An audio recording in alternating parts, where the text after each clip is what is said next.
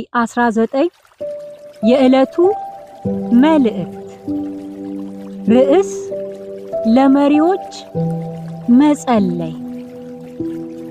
እንግዲህ እግዚአብሔርን በመምሰልና በጭምትነት ሁሉ ጸጥና ዝግ ብለን እንድንኖር ልመናና ጸሎት፣ ምልጃም ምስጋናም ስለ ሰዎች ሁሉ፣ ስለ ነገሥታትና ስለ መኳንንትም ሁሉ እንዲደረጉ ከሁሉ በፊት እመክራለሁ። አንደኛ ጢሞቴዎስ ምዕራፍ 2 ቁጥር 1። መጽሐፍ ቅዱስ መሪዎችን እንድንተችና እንድንሰድብ በፍጹም አይጋብዘንም። ይልቁንም እንድንጸልይላቸው በብርቱ ያስተምረናል። ለመሪዎች ስንጸልይ ከሁለት አቅጣጫ ማየት ይገባል።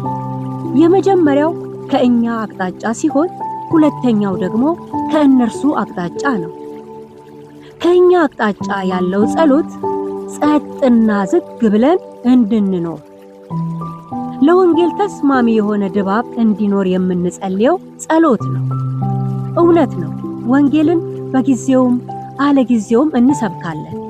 የአካባቢና የአገር ሰላም አስተማማኝ በሚሆንበት ጊዜ ደግሞ ይበልጥ መስበክ እንችላለን። ይህ እንዲሆን ደግሞ በስልጣን ላይ ያሉ መሪዎች ጸሎት ያሻቸዋል።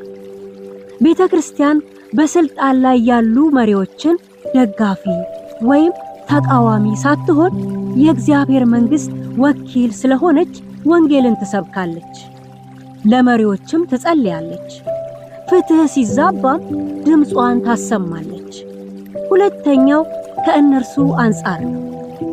የአካባቢና የአገር ሰላም የመጨረሻው ግብ አይደለም። የመጨረሻው ግብ የሰዎች መዳን ነው። ለዚህም ነው ስለ መሪዎች ጸልዩ የሚለውን ቃል ተከትሎ የተነገረው ሐሳብ ሰዎች ሁሉ እንዲድኑ በሚወድ የሚል ቃል የምናገኘው። እንግዲህ አማኝ መሪዎችን በማሰብ እነርሱ እንዲድኑ ከዚያም በአመራራቸው ደግሞ ሰላማዊውን መንገድ እንዲከተሉ የጸሎት ሽፋን ሊሰጥ ይገባዋል። ይህም በማድረግ እንትጋ፣ ያስፈልጋል። ለመሪዎች መጸለይ